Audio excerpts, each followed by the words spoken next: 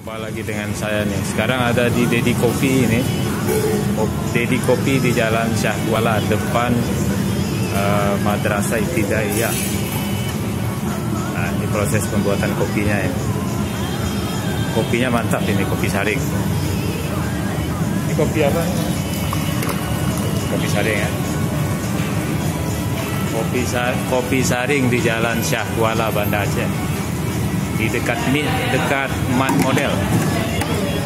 Mantap kopinya ini. Saya sering minum ini di sini.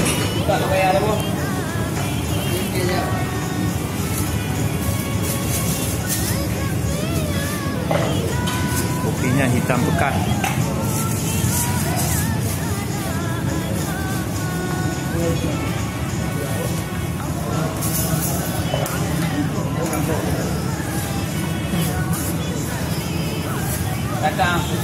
Nah, ada kue-kuenya juga ya Bu.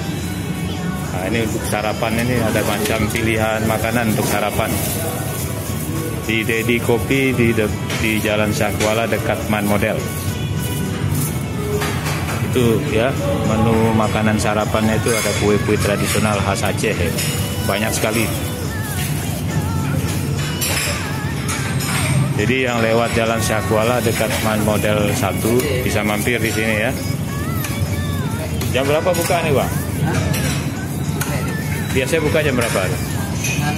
Setengah 6, buka jam setengah 6 sampai malam.